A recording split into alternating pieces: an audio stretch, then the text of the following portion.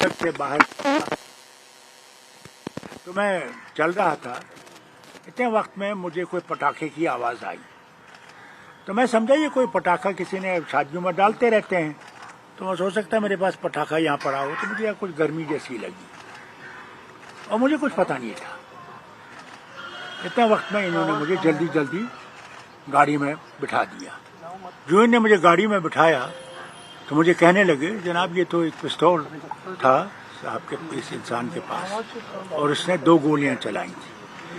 دوسری گولی میں ہمارے ان کے جو ہماری سیکورٹی والے بھی ہیں اور دوسرے انہوں نے کیا کیا کہ ایک نے اس کو ہاتھ بازو سے پیچھے کھینچنے کی کوشش کی تو اس سے وہ ڈی اسٹیبلائز ہو، تو اس کا جو پستول ہے وہ اوپر کو چلا گیا۔